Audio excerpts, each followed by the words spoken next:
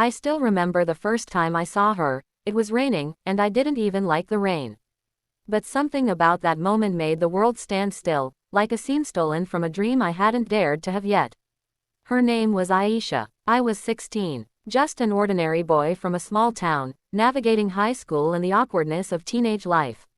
My world was quiet, books, a few close friends, and late-night thoughts about who I might become one day. Love was something I'd read about in novels or seen in movies, but it never felt real. That was, until the day she walked into our classroom. She was a transfer student, new to our school, new to our town. She had this quiet grace, the kind that didn't ask for attention but somehow stole it anyway. Her eyes held a mystery, a gentle sadness, as if she had lived more than most of us.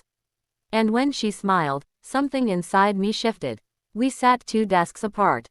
At first, we exchanged only glances. She always carried a sketchbook, and I noticed how she'd draw during lunch, eyes focused, fingers dancing across the page like it was a secret only she could unlock. One day, I gathered the courage to sit beside her. "You draw really well," I said, trying to sound casual.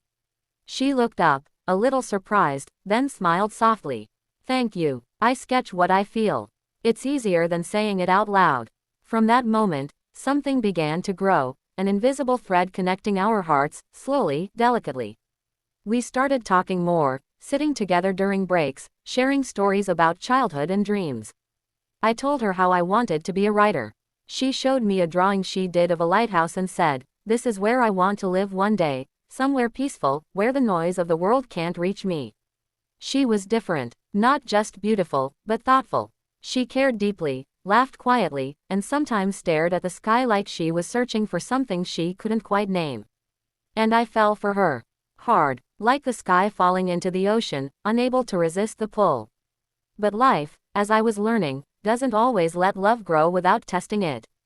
Aisha had secrets, ones she didn't talk about at first. I noticed her absence from school for days at a time, the way her eyes sometimes looked distant, lost. Eventually, she told me. Her mother was ill, cancer. Her family had moved to our town for better treatment, but the hope was fading. She carried that pain silently, behind her gentle smile and quiet strength. I wanted to help, to protect her, but I didn't know how. I wrote her letters instead, poems, little stories where everything turned out okay. Sometimes I'd read them to her under the old tree behind our school. It became our place, a silent witness to our fragile, growing love. One evening, just as winter was settling in, she held my hand under that tree and whispered, "If love means anything, it's this, being seen and still being held." I cried that night, not because of fear, but because I finally understood what love truly was. It wasn't grand gestures or perfect moments. It was presence, patience, a steady hand when the world trembled. A few weeks later, she moved away. Her mother's condition worsened, and they needed to be closer to extended family. We said goodbye in the cold morning light, her breath fogging the air between us. She gave me her sketchbook. "Don't stop writing," she said, touching her hand to my chest. "Your words matter. They heal." That was the last time I saw her. Years passed. I finished school, studied literature, and became a writer. But every story I wrote carried pieces of her, lines drawn in the shape of her smile, chapters painted with her strength. I often returned to that tree when I visited home, reading from her sketchbook, remembering the girl who taught me what it meant to love without asking anything in return. One day, I received a letter. It had no return address. Inside was a simple card, and on it, a drawing of a lighthouse, and a single sentence. "I found peace. Thank you for showing me what love can be." I sat in silence for a long time, holding the card close. There were tears, but they weren't just of sorrow.